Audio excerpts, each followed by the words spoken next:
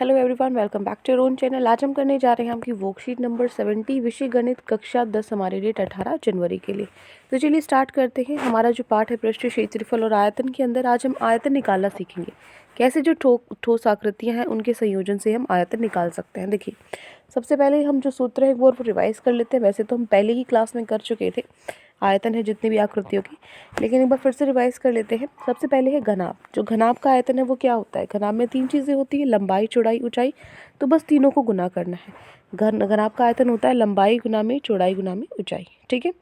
Next है घन का आयतन। घन का आयतन क्या होगा? अब जो घन है उसके अंदर लंबाई, चौड़ाई, ऊंचाई तो सेम होती है ना, बराबर होती है। तो क्या हो जाएगा? ए गुना में ए गुना में ए, मतलब जो तीनों चीज़ें हैं वो बराबर है। तो ए का घन क्या हो जाएगा? घन का आयतन।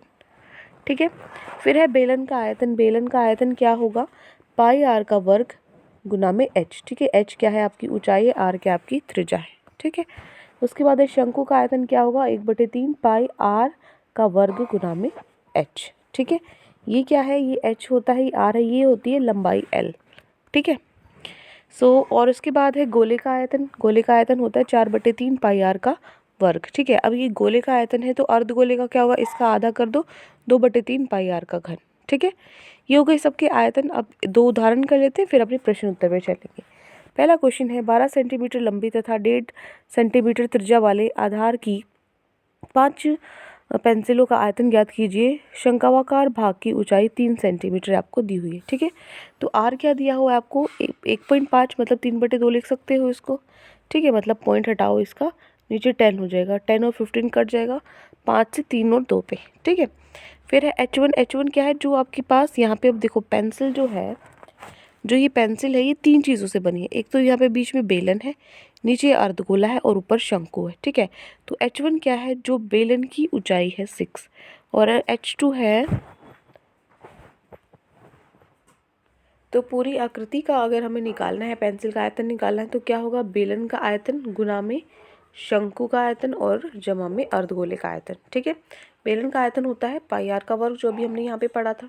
शंकु का क्या होता है? 1/3 पाई आर का वर्ग, और अर्धगोले का क्या होता है? 2/3 पाई आर का वर्ग। तो यहाँ से पाई आर का जो वर्ग है, यहाँ पे सॉरी घन, पाई आर का वर्ग है वो हमने उभयनिष्ठ ले लिया, कॉमन ले लिया। इधर से बचा H1, इधर से 1/3 H2 और इधर से 2/3 R। तो पाई आर का वर्ग, पाई 22/7, आर का वर्ग, आर कितना है? 3/2 का वर्ग। ठीक है। H1 कितना है? पहले 6 है। H2 कितना है आपके पास? 3 है। ठीक है। हाइट 3 दी हुई है।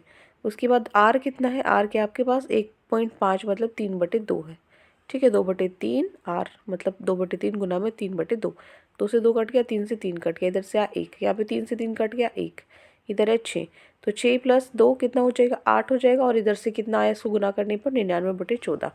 तो ये आया है एक पेंसिल का आयतन। हमें 5 पेंसिल का आयतन निकालना है, तो इसको क्या करना पड़ेगा? 5 से गुना करना पड़ेगा। तो बस इसको सीधा सीधा 5 से गुना किया है।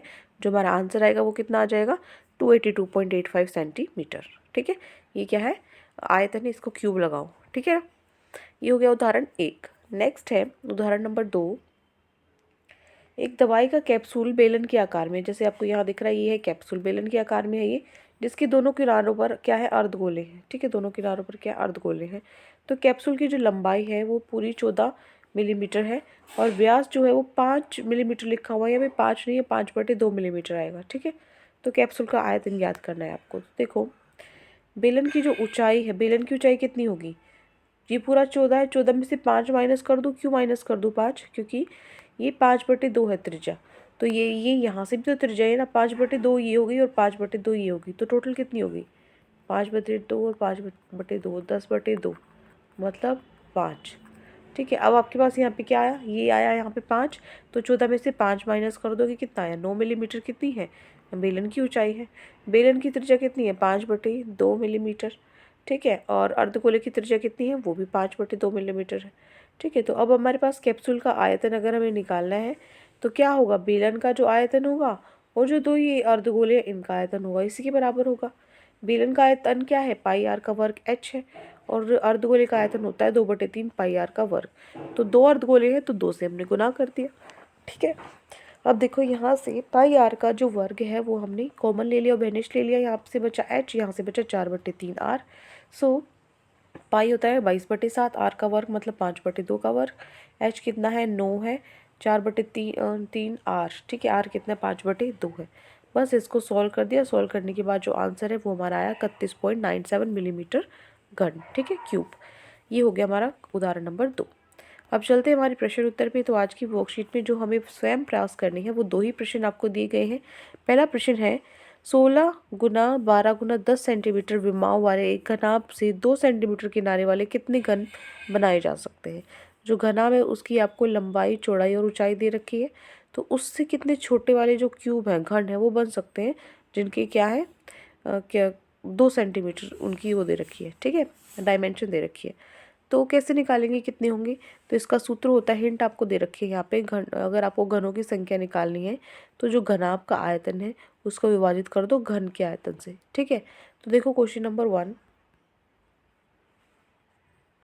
क्या दिया हुआ है आपको। लंबाई दी हुई है 16 सेंटीमीटर, चौड़ाई दी हुई है 12 सेंटीमीटर और ऊंचाई आपको दी हुई है 10 सेंटीमीटर। तो यहाँ से जो घनाभ का आयतन है वो कितना होगा, एक मिनट, घनाभ का आयतन कितना होगा हमारे पास, जो भुजा का क्यूब, ठीक है, घन का आयतन क्या होगा, भुजा का क्यूब, घन, ठीक है। तो कितनी भुजा दी हुई थी, 2 सेंटीमीटर भुजा वाले घन बनाने थे, तो 2 का घन हो जाएगा। घनाभ का आयतन कितना होता है, लंबाई गुना में चौड़ाई गुना में ऊंचाई, कितना हो जाएगा 16 गुना में 12 गुना में 10, क्योंकि दे रखा है। अब ये तो आपको क्वेश्चन में ही संकेत में दिया हुआ है घनों की संख्या, ज़रूरी नहीं है पेपर में संकेत आपको दिया जाएगा, आपको आना चाहिए, ठीक है। तो घनों की संख्या क्या होगी, जो घनाभ का आयतन है बटे में जो घन का आयतन है, ठीक है। सो यहाँ से घनाभ का आयतन क्या है 16 गुना में 12 गुना में 10, घन का आयतन क्या है 2 का घन, ठीक है। तो बस इसको कट कर दो, जो आपका आंसर आएगा वो कितना आएगा 240। तो मतलब 240 जो घन है वो बन सकते हैं एक घनाभ में से, ठीक है। कौन से घनाभ में से, जिसकी लंबाई चौड़ाई ऊंचाई ये हो। क्लियर। ये हो गया आपका प्रश्न नंबर 1। आगे बढ़ते हैं प्रश्न नंबर 2 पे। दूसरा प्रश्न क्या है कि एक शंकु के आकार का ठोस, ठीक है, शंकु के आकार का ठोस है, समान आधार वाले अर्धगोले पर खड़ा है। किस पर खड़ा है, अर्धगोले पर खड़ा है, ठीक है। सो जिसकी त्रिज्या 1 सेंटीमीटर, इस अर्धगोले की त्रिज्या 1 सेंटीमीटर है, ठीक है। तो शंकु की भी त्रिज्या 1 सेंटीमीटर होगी, ठीक है। और शंकु की ऊंचाई उस त्रिज्या के समान है, इस त्रिज्या के समान ही शंकु की ऊंचाई है, ठीक है। तो आपको ठोस का आयतन ज्ञात करना है। कैसे फाइंड आउट करोगे, देखो प्रश्न 2, ठोस का आयतन आपको निकालना है। तो जो ये ठोस है किससे मिलकर बना है, एक तो शंकु से मिलकर बना है और दूसरा अर्धगोले से मिलकर बना है। तो इन दोनों के आयतन को जोड़ दो, शंकु का आयतन गुना में अर्धगोले का आयतन ठोस का आयतन होगा। शंकु का आयतन क्या होता है, शंकु का आयतन होता है 1/3 पाई आर का वर्ग एच। अर्धगोले का आयतन क्या होता है 2/3 पाई आर का क्यूब। तो यहाँ से आप इधर से जो आर है, आर कितना है, आर आपको दिया हुआ है अर्धगोले की त्रिज्या 1 सेंटीमीटर, और ये जो ऊंचाई है, ऊंचाई बोला है जितनी त्रिज्या है उतनी ही ऊंचाई है, तो ये भी एक ही होगी, ठीक है। तो यहाँ से बना 1/3 पाई। उसके बाद है अर्धगोला, अर्धगोला 2/3 पाई आर का घन, आर कितना है हमारे पास 1 का घन है, ठीक है। तो यहाँ से क्या बचा 2/3 पाई। तो 1/3 पाई और 2/3 पाई कितना होता है, पाई प्लस 2 पाई बटे में है 3, तो क्या हो जाएगा 3 पाई बाई 3। अब यहाँ से 3 से 3 कट जाएगा, पाई सेंटीमीटर का घन हमारा आंसर हो जाएगा, ठीक है।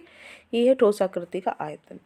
तो ये आपकी 2 क्वेश्चन आपकी वर्कशीट में दिए गए थे। आई होप आपको अच्छे से समझ में आ गए हैं। कोई भी डाउट है किसी भी क्वेश्चन में तो कमेंट सेक्शन में आप मुझसे पूछ सकते हैं। और अगर आपको लेक्चर अच्छा लगे चैनल को सब्सक्राइब कर सकते हैं, वीडियो को लाइक कर सकते हैं। आज के लिए इतना ही, मिलते हैं नेक्स्ट वीडियो में। Till then take care, bye bye.